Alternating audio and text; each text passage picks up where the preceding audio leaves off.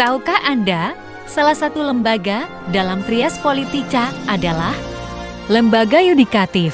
Lembaga yudikatif di Indonesia terdiri dari Mahkamah Agung, Mahkamah Konstitusi, dan Komisi Yudisial. Lembaga ini memiliki peran penting dalam penegakan hukum dan keadilan di Indonesia. Lembaga-lembaga ini bekerja sama untuk memastikan bahwa hukum diterapkan secara adil dan konsisten. Membahas tentang lembaga yudikatif, apakah Anda tahu bahwa ada yang namanya judicial activism? Nah, dalam video ini kita akan membahas lebih dalam tentang judicial activism di Indonesia yang akan disampaikan oleh kelompok 7 dengan anggota sebagai berikut.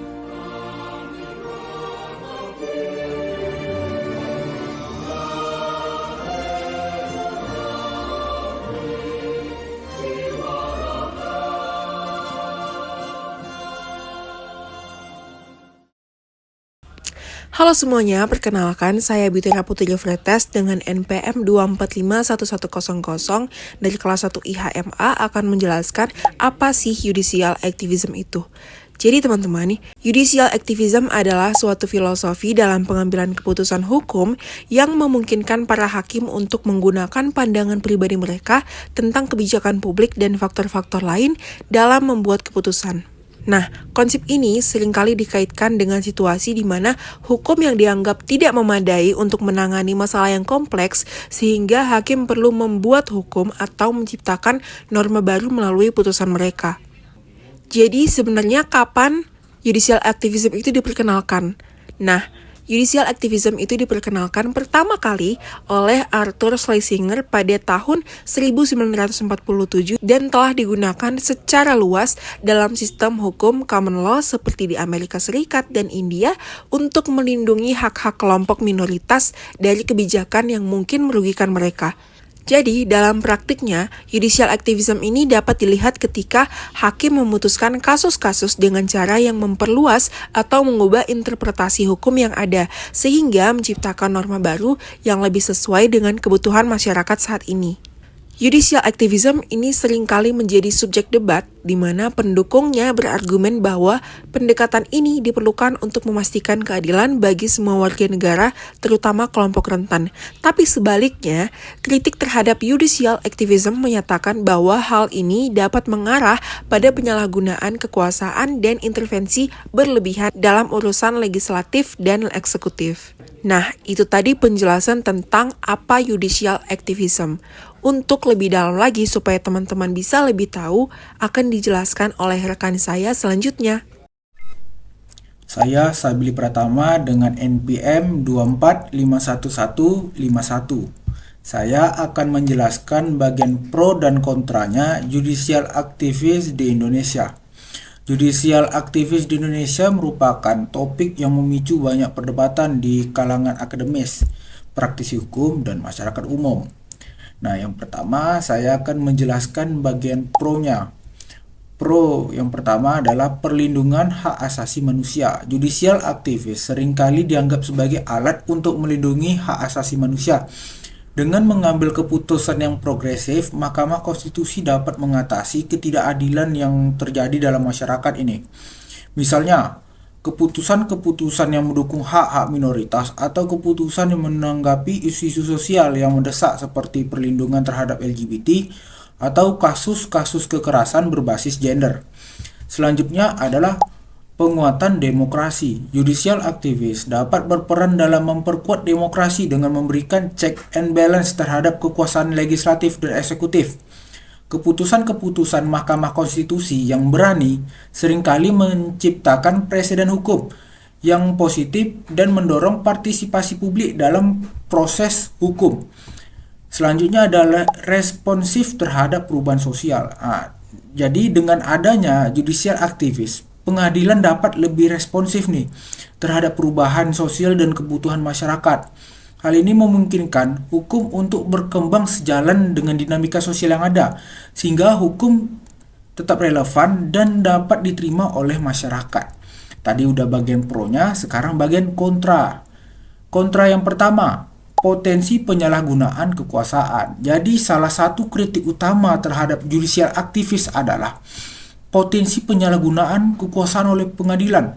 Ketika pengadilan mengambil peran legislatif, hal ini dapat mengaburkan batasan antara kekuasaan yudikatif dan legislatif yang berpotensi mengarah pada keputusan yang tidak sesuai dengan konstitusi atau norma hukum yang ada.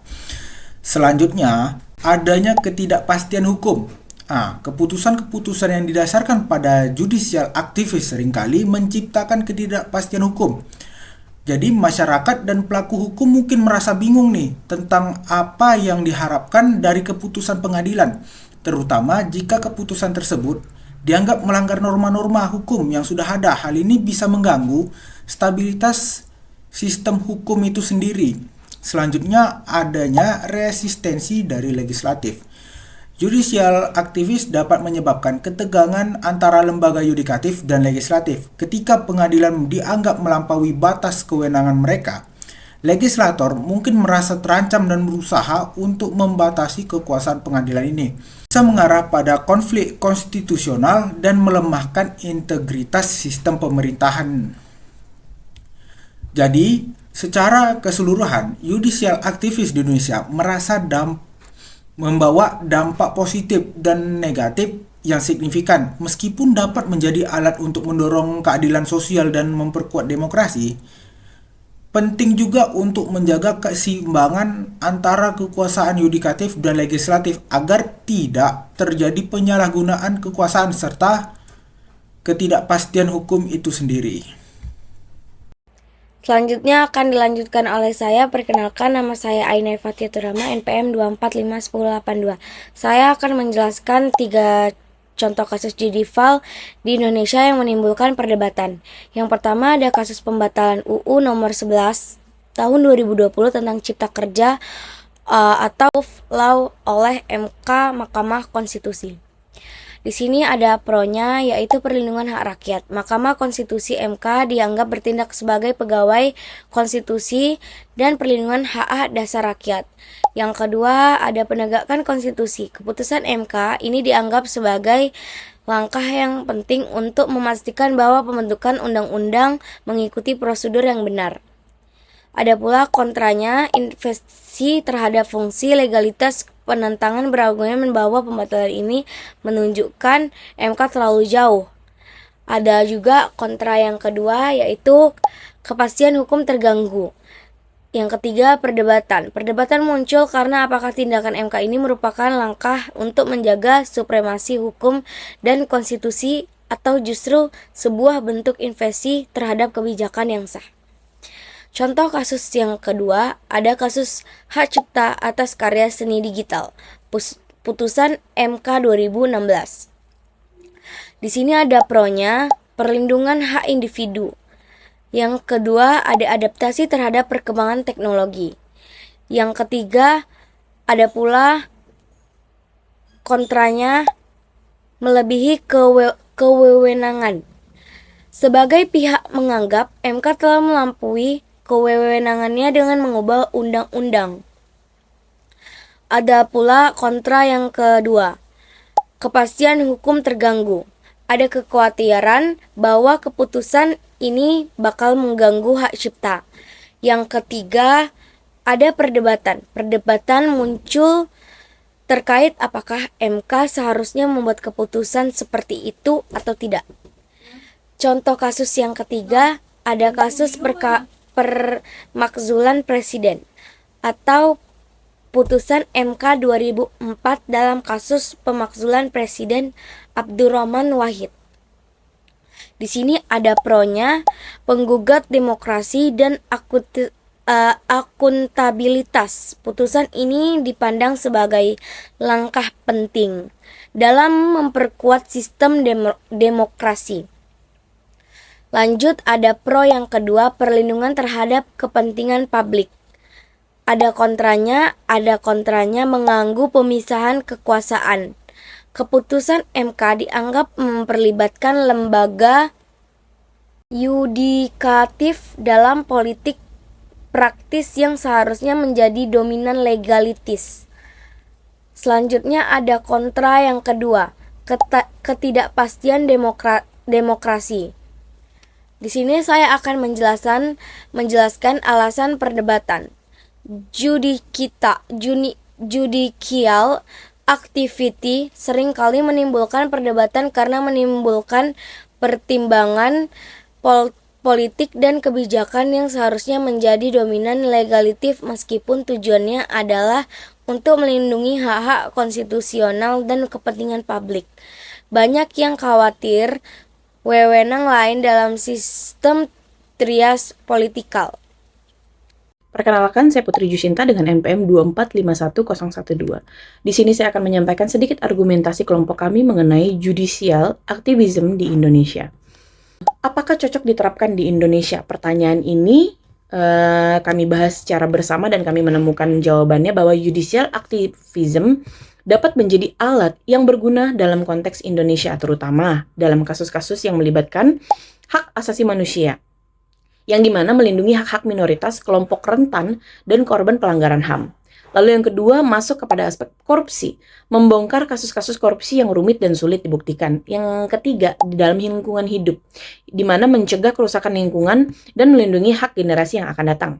Dan yang terakhir, dalam hal demokrasi, menguji konstitusionalitas undang-undang yang berpotensi membatasi kebebasan berpendapat dan berkumpul. Lalu kemudian kita masuk kepada saran untuk mencegah penyalahgunaan wewenang hakim. Agar judicial activism tidak disalahgunakan dan hakim tidak bertindak sewenang-wenang, beberapa hal yang perlu diperhatikan. Yang pertama, transparansi, di mana proses pengambilan keputusan oleh hakim harus transparan dan dapat diakses oleh publik. Yang kedua, akuntabilitas, di mana hakim harus bertanggung jawab atas setiap keputusan yang diambil dan dapat dimintai pertanggungjawaban jika terbukti melakukan kesalahan. Lalu ketiga, pendidikan hukum. Hakim perlu memiliki pemahaman yang mendalam tentang hukum dan prinsip-prinsip keadilan. Kemudian yang keempat itu ada kode etik, di mana penegakan kode etik hakim yang ketat untuk mencegah terjadinya konflik kepentingan dan tindakan yang tidak etis itu sangat penting. Lalu kita masuk kepada yang keempat, di mana mekanisme pengawasan itu perlu adanya untuk mengawasi efektivitas terhadap kinerja hakim, misalnya melalui komisi yudisial. Judicial activism adalah fenomena yang kompleks dan multidimensi.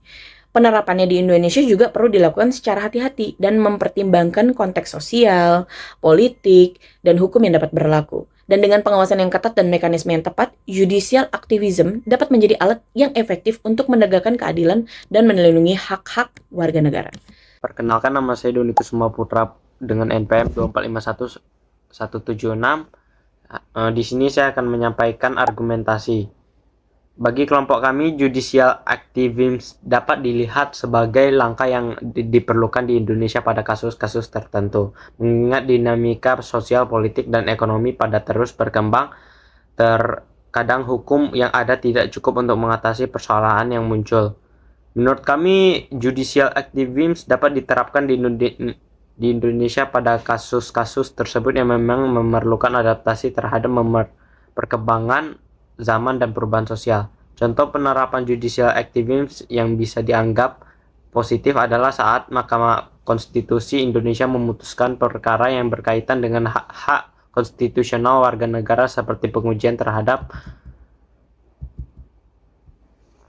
UU yang dianggap tidak sesuai dengan UUD 1945 atau keputusan yang melindungi hak-hak minoritas. Hal ini menunjukkan bahwa hakim dapat berperan lebih besar dalam menjaga keadilan sosial.